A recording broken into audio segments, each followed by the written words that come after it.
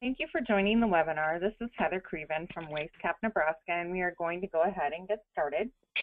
This is our 5th webinar in the Business and Community Roadmap Series to Zero Waste. WasteCap, Nebraska has 4 webinars related to businesses and 4 webinars related to communities in 2016. United States Zero Waste Business Council will be presenting for the business webinars, and EcoCycle will be presenting for the community webinars. For a complete listing of the remaining topics, visit our website, www.wastecapne.org, and look under the Events section on our homepage. All of these webinars are funded by a grant from the Nebraska Department of Environmental Quality. WasteCap Nebraska is a statewide, member-based nonprofit that works with community and business leaders to build zero-waste communities. Our mission is to eliminate waste in Nebraska through innovation, education, and policy change. During this webinar, we will demonstrate the importance of training staff for zero waste in any organization. Well-rounded zero waste training is often the key to successful diversion and source separation.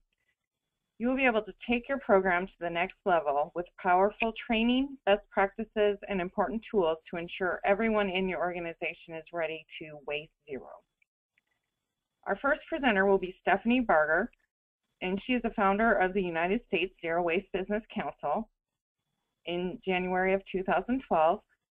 She founded it to meet the growing need for educational resources, peer-to-peer networking, and third-party certification for businesses across the nation. She has more than 25 years of experience in environmental stewardship, employee training, management consulting, and business relationship development. Stephanie holds a Bachelor of Science in Business Administration from San Diego State University. Brittany Albin is the Sustainability Coordinator for Lincoln Public School District.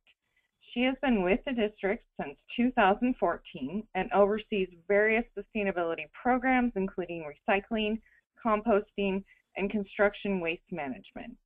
She has a bachelor's degree in environmental studies from the University of Nebraska-Lincoln and a master's degree of public administration from the University of Nebraska at Omaha. During this webinar, please type your questions into the chat box as they come to your mind, and they will be answered at the end of the presentation.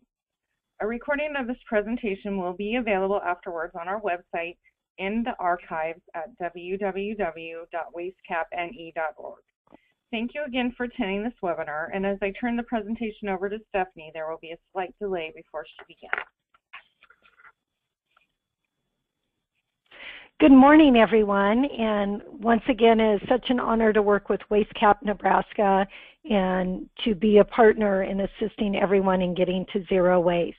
As Heather discussed, we're going to talk about zero waste leadership and training, and this is critical for getting your program going and also understanding why your program may be stalled or not reaching the levels that you want.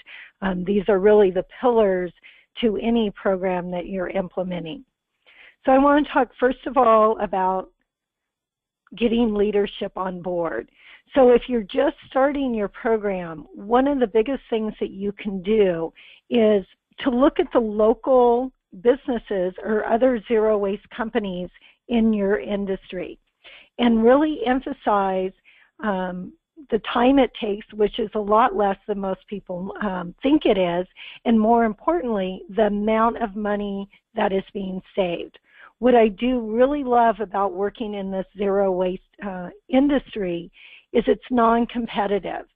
So businesses are really more than happy to share their zero waste practices and will actually come in to your company and support you, or share vendors, or share recyclers and haulers and everything like that. So we have grocery stores working together, we have large car manufacturers working together, we have the aerospace working together. So I really encourage you to either look at our website or many other websites that promote zero waste companies and create a mentor. And then locally, it's very important to work with your neighbors. There's a lot that can be shared in working with your neighbors and coming together to create those valuable markets that are needed for cardboard, for compost, for glass, because the more clean volume you have, the more money your company is going to make and save. So really seeing that. Everybody is still a little leery of what is zero waste and what does it mean and how much time and energy is it going to take of staff. So partnering will help in overcoming many of those barriers. So the other is knowing the company's mission, either as a consultant, really looking to see what their objectives are, and internally, especially if you work for a very large company.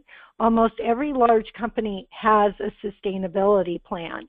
And so you can look at that sustainability plan, and sometimes it's just been forgotten and you need to revive it, or it's at the very high corporate level, but it hasn't trickled down to the different divisions or different locations. The other thing is zero waste ties into social responsibility, it ties into human rights issues, and it ties into community involvement and empowerment. So if your company is working on any of those, you can tie zero waste in with those missions. The other is to know the company. You know, where is it at in its growth? Is it getting ready to make some other major changes? Because it's much easier to integrate your zero waste changes into changes that are already happening versus having them change their marketing and then having them change their zero waste plan 2 or 3 months later.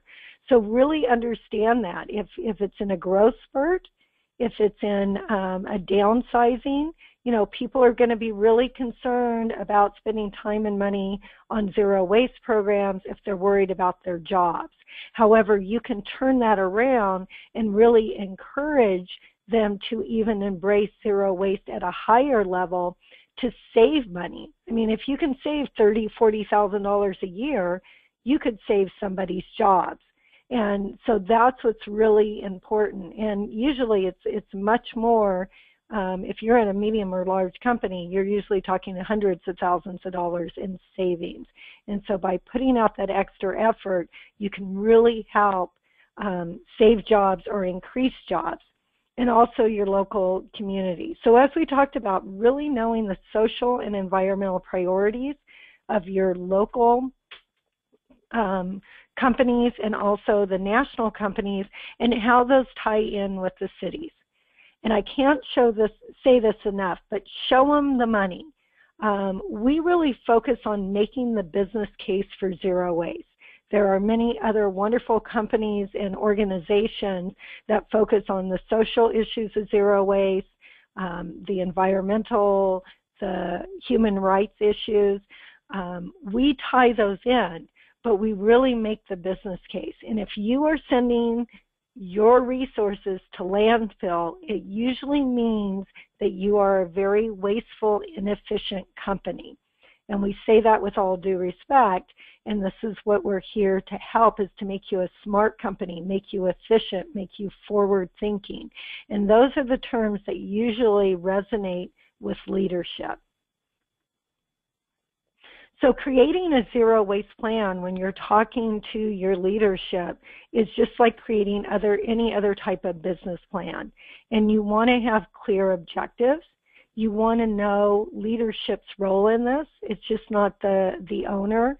It's how the CEO, the CFO, the CIO, each department plays an important role in your zero waste plan. Making sure that there's benchmarks. What's the organization? And we're going to talk a lot about training and promotion. The use of the 5R concept, and we actually have 20 R's, but it's, reduce, reuse, recycle, return. There's many different R's, retrain, and working those upstream with your vendors and downstream with your customers. And then it's very important that you verify everything. And, sometimes you have created projects in the past, even something as simple as double siding, and you're not counting that savings anymore. It's very important to capture all this historical information So when you're either asking for money or somebody wants to disable your zero waste plan, you can go back and say a simple act such as double-siding paper or going to paperless payroll has saved our company significant amount of money. And then, zero waste can be a very high bar to reach. So it's important to take those little steps. And the ultimate goal is always zero waste, but even going from 25 to 35% is huge. So make those goals and those benchmarks very obtainable, and then every day work on continuous improvement. And then most important is everybody needs to participate. If one area is left off, or one vendor, or one customer, one contractor, one consultant, if your accounting firm's not on board, your marketing firm's not on board, it really hurts your program. So that's where leadership is key in embracing the program and getting everybody to participate. And just one simple act that you can do is, sometimes people make it very onerous and have this whole big zero waste committee, and they have to meet once a quarter, and they're having 2 or 3 hour meetings. What's more important is to have 5 or 10 minutes in every meeting talking about zero waste. Because what you're really talking about, once again, is efficiency and wastefulness. And wastefulness is wasting employees' time, and that's just them handling too many materials or handling them incorrectly. So once again, simplify it and get everybody involved, and spend a little bit of time every week or every month versus having to do the heavy lifting once a year. So now we're going to move to training, and these are just key components that you want to consider when you're developing your training. Most of our companies that have adopted zero waste training internally, they do make it part of their human resource department, and they might bring in, experts from the sustainability department or the sustainability person, but it's usually just like, all the other types of training, safety training, sexual harassment training, professional development. It's all under the human resource department. So first of all, why are you preparing people for their zero waste training? And you need to be really clear about that and what the importance is. And you can use this a lot in team building. So if you have a budget for team building, utilize zero waste, because it's a great, fun way to get the whole company involved, or to challenge teams and departments against one another in a very good way. So that's where you can tap into other funding to fund your zero waste training. And sometimes it's just the time that is required. And then preparing for your zero waste training. Where are you going to get your materials? How much time is that going to take? And for those consultants in the audience, once again, is to put this together, and then you can customize it for each company you're working with. But this will give you a really strong base to work from. And then who conducts the training? I encourage, if you're just getting on your journey, is to bring out somebody from the outside that's an expert in zero waste, but really do train the trainer. And so internally, you can continue training your staff on an ongoing basis. Who's included in the training? Once again, everyone's included. And then we'll talk a little bit more about the types of training. We talked about total participation, and then having your zero waste champions. And these do not need to be experts in zero waste. These can just be people that are passionate about zero waste. And then really that promotion and external, and we'll also talk about some advanced zero waste training, because that's one thing you need to be careful about. Once you start talking about this, your employees will get very excited about it, and it's a great way to empower employees and excite employees. So you want to be able to take them to the next level, either by sending them to conferences or bringing in guest speakers and feeding that need to do more for their community and for their company. So the most important part of training is to make it personal. if they're not connecting with why they're putting their aluminum can in the recycling bin, then it's not going to be important, and they're not going to be motivated. So some people are very motivated by environmental issues.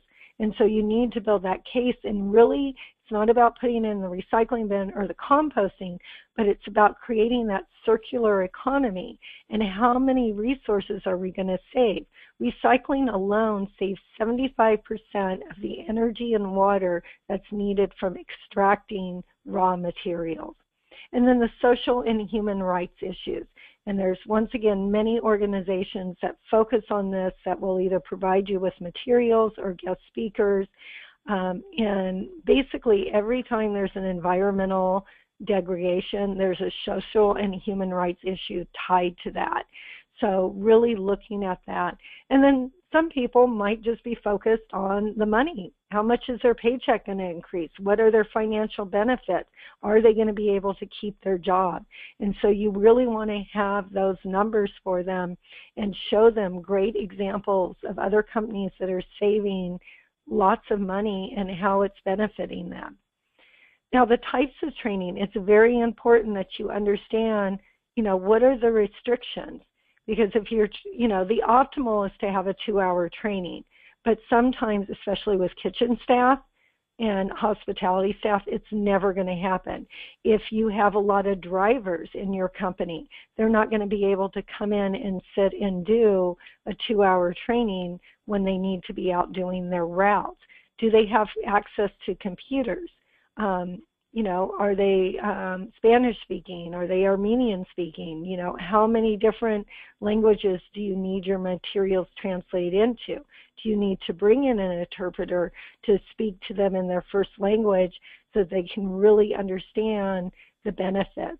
And then where are you going to do it? Are you going to do it on site in the conference room? Do you have the space to do it? I know many grocery stores in the back of the house, they don't really have an office. It's the receiving area. So where are you going to hold your training? And then in-person or versus virtual. In-person, of course, is very powerful, and you can really leverage the team building aspect. However, it's more important that you get the employees trained. So really looking at those opportunities to do, virtual DVD on a screen. So as we talked about before, there's other training policies that either this can be tied into. Zero waste is all about safety, quality control, customer service, and marketing. So you can tie it into those other departments, or you can make it, we talk about zero accidents. Well, we're talking about zero waste. So you can tie that in with your training policies. And this is really what we're focusing on, and the importance of why your businesses need to be leaders and how important this is to your employees. This is about creating jobs and creating a circular economy.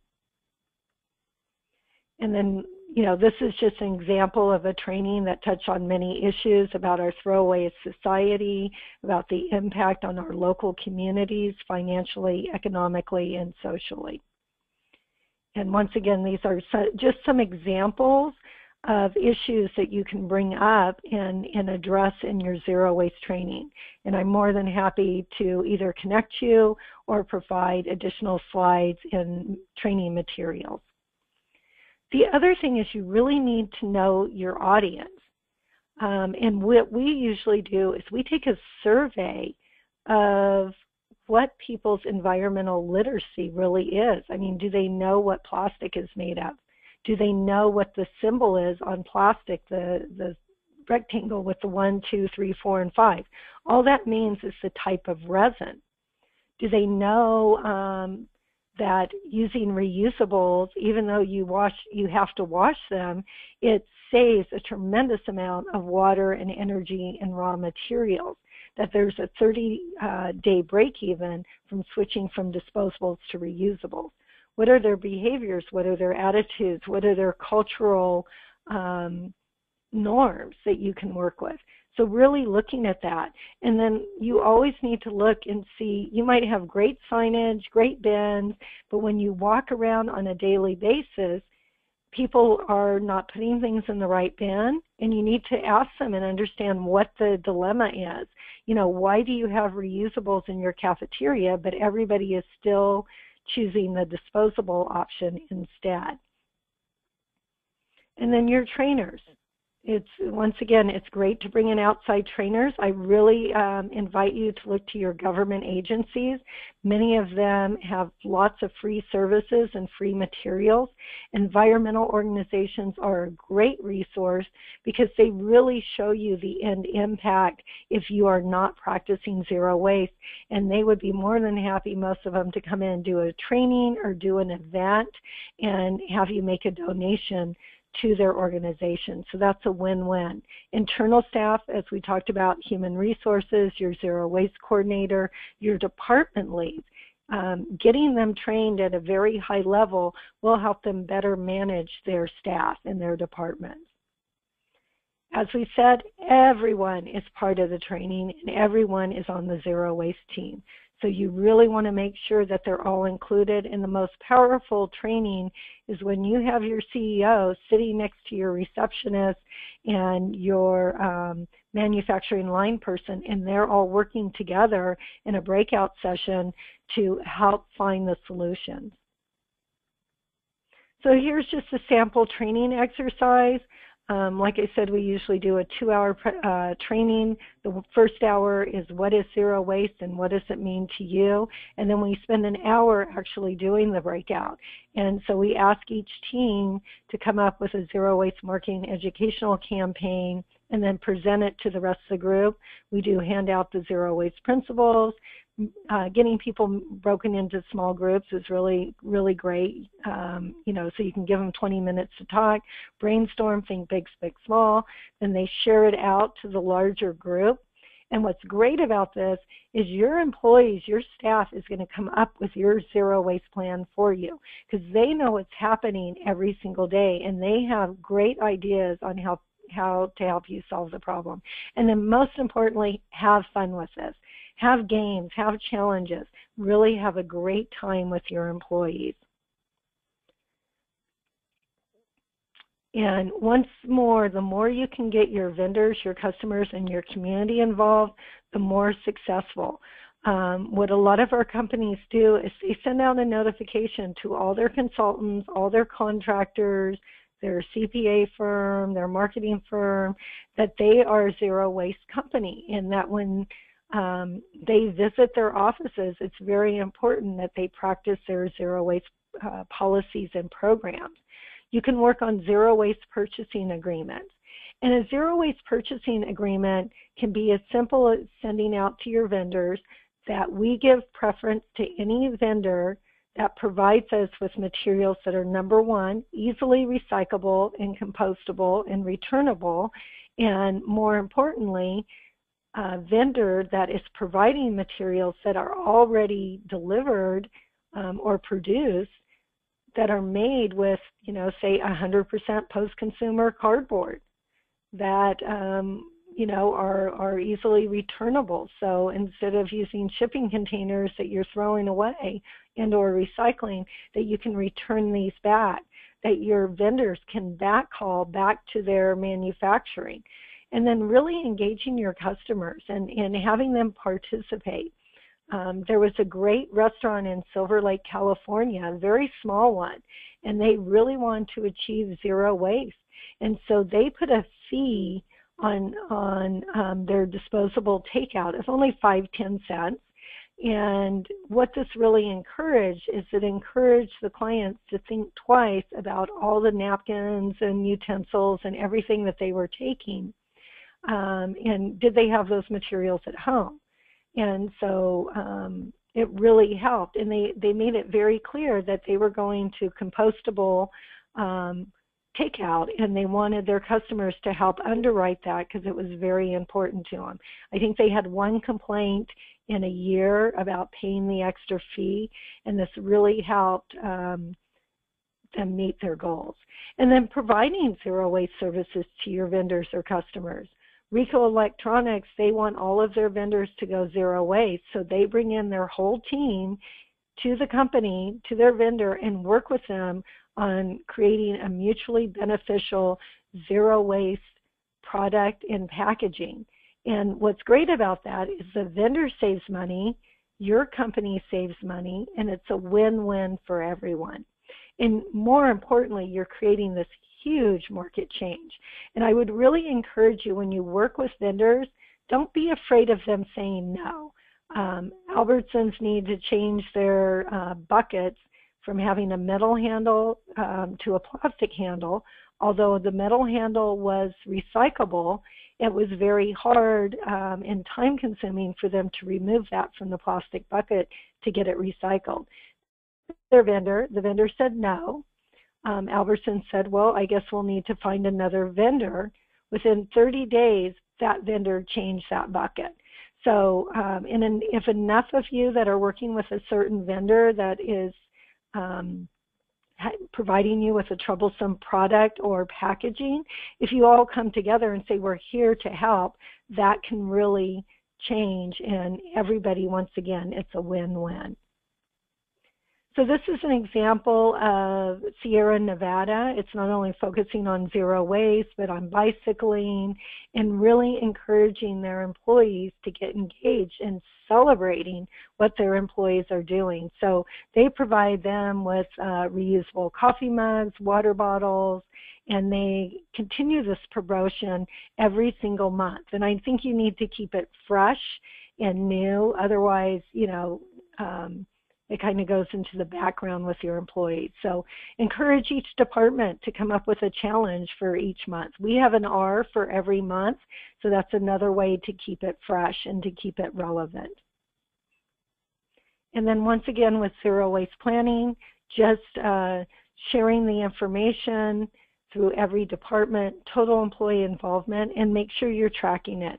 This is an example where at an employee picnic, they brought out all their recyclables, and then the employees and their families were encouraged to make kites out of their recyclables.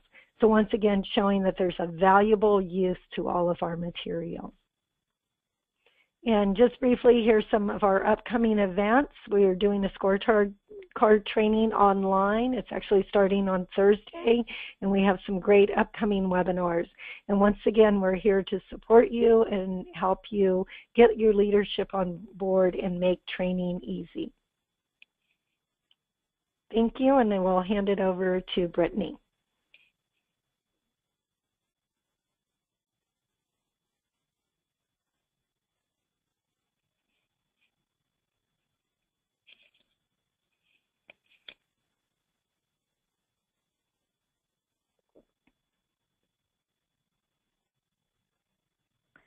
Okay, thank you, Stephanie. Can you hear me? Yes. Okay, it's not showing up on my screen. Is it showing up on yours? No, it's not showing up on mine. I would try relaunching it. There it goes. Oh, why doesn't it like that? All right, I can just leave it in this mode. Hopefully that will work for everyone. Or do you want me to keep trying? No, that's perfect, Brittany. Okay. So again, I am Brittany Albin. I'm the Sustainability Coordinator with Lincoln Public Schools here in Lincoln, Nebraska. So I'm just going to be going over some of our waste management programs and focusing on that training and leadership. So first, before I dive into those topics, I wanted to just give some background on our district and some of our efforts. We have 60 schools, and we have over 40,000 students and over 8,000 employees. So we're a large school district, we're a large organization in the community, which also means we have a lot of waste to manage. And I am part of the sustainability department for the district. And I'm using the word department there a little loosely because I am actually the only full-time person, but we do have up to part-time helpers as well. And then within that department, we have several waste management programs. So we have our recycling program, a compost program, then we also do a lot with construction waste management. We have 12 active construction sites right now, so a lot to deal with there. Before getting into that recycling side and jumping ahead there, I want to take a step back and talk about some of our other efforts in the scheme of zero waste, minimizing that waste or not having it in the first place. So as a district, we have a huge technology project rolling out right now to get Chromebooks to all students, 3rd grade and older, over the next 2 years, I believe. So with that, and then purchasing online curriculum, we're really minimizing the need to even have that paper waste in the first place. And then, of course, just like Stephanie was talking about, doing that double-sided printing, it can seem like a small thing, but really makes a big difference.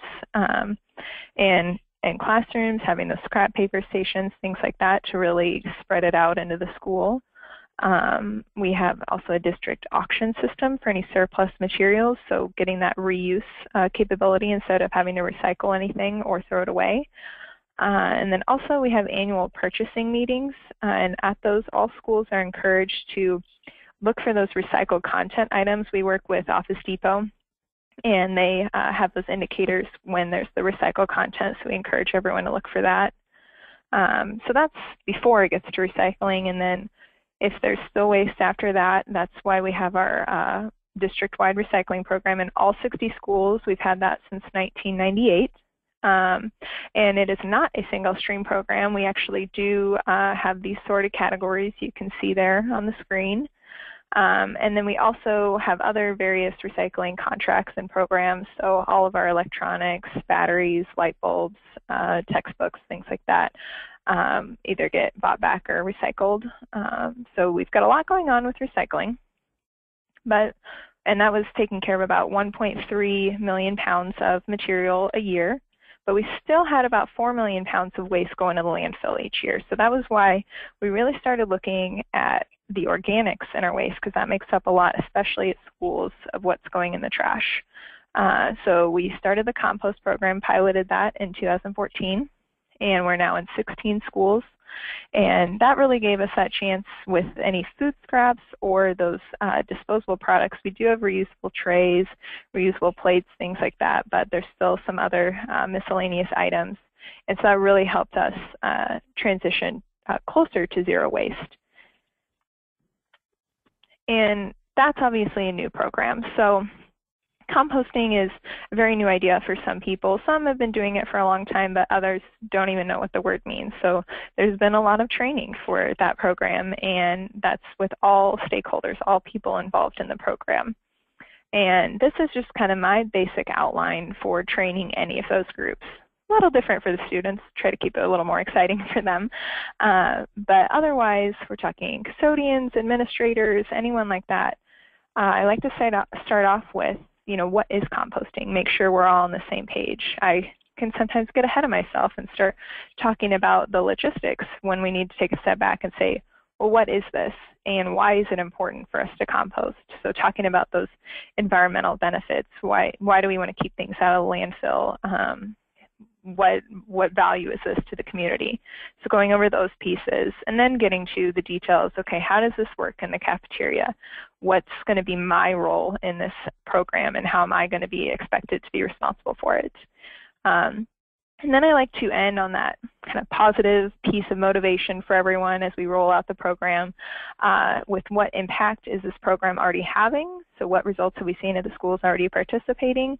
And then what impact can they expect from their school with their enrollment and the setup they're going to have? What can they get excited about to leave them with that? And they're usually very excited and amazed to see what impact this program is having.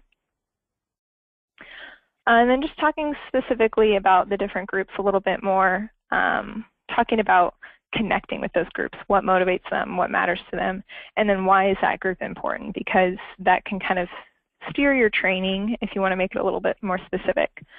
So from my perspective, the administration, the principals, are really key for that top-down support. They're the ones that can say, hey, look, the culture at our school here, part of that culture is responsible waste management and not being wasteful. they're the ones that impact that culture in the long term. And so that's why they're really important to bring on board and have trained. But then what motivates them, principals are very competitive.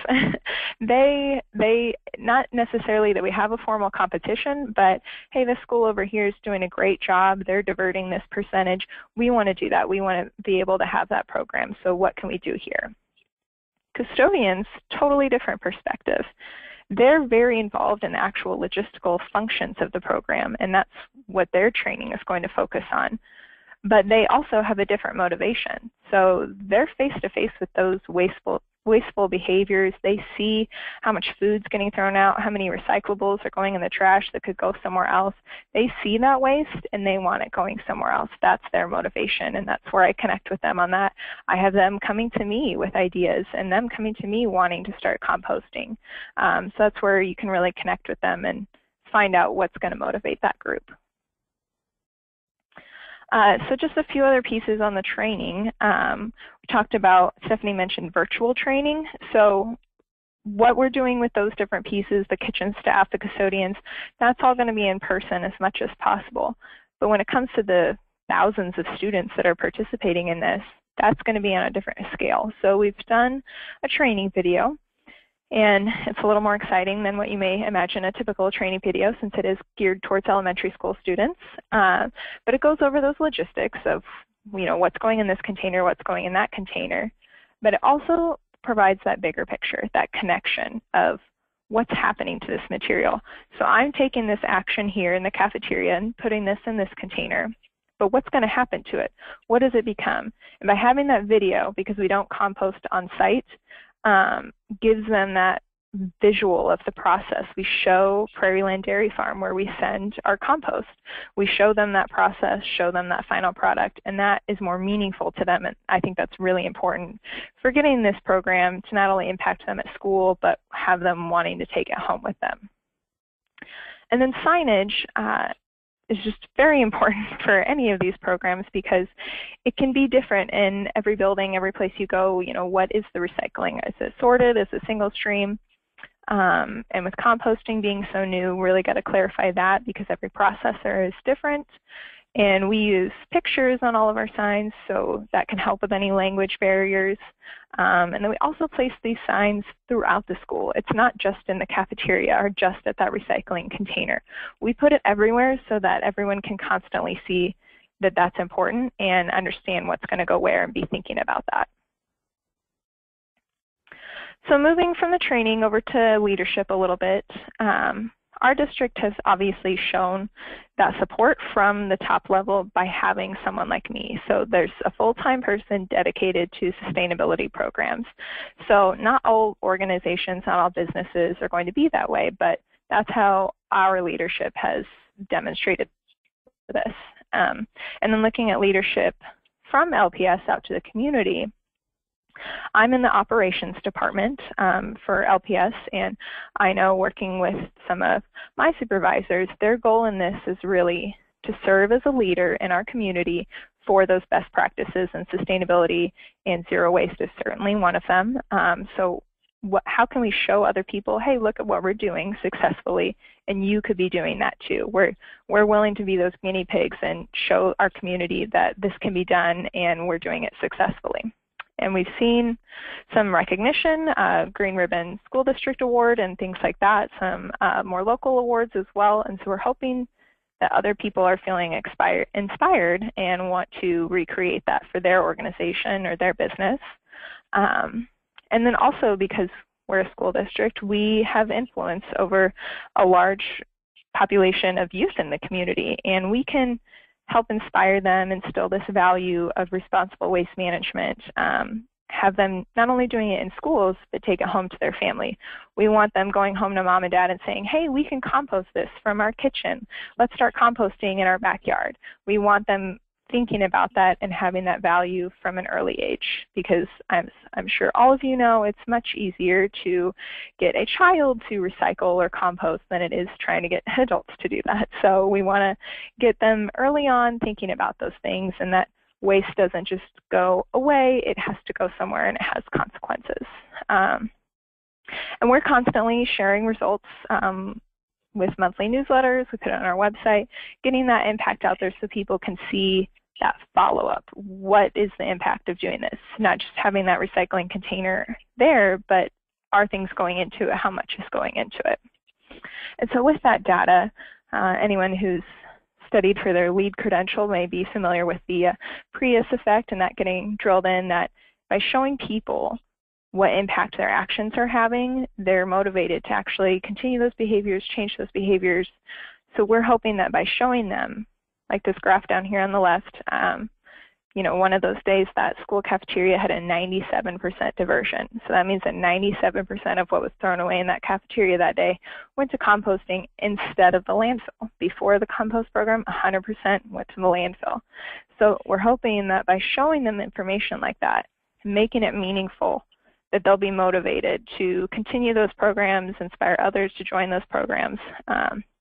And my favorite quote, sadly, you can't manage what you don't measure. So waste is very difficult to manage if you aren't measuring it and understanding what's in your waste streams. So on the right there, you see another graph that we send out. That's for whole building diversion. So all of our composting schools this last year, they can see where they're at and where they're going. Okay, another area for leadership is what infrastructure you're supporting. So we here in Lincoln are very lucky. We have 3 different processors for composting. That can be a real barrier for any community. Other larger communities aren't lucky enough to even have one composting processor. And recycling processors can also be difficult to find, especially for those more odd materials.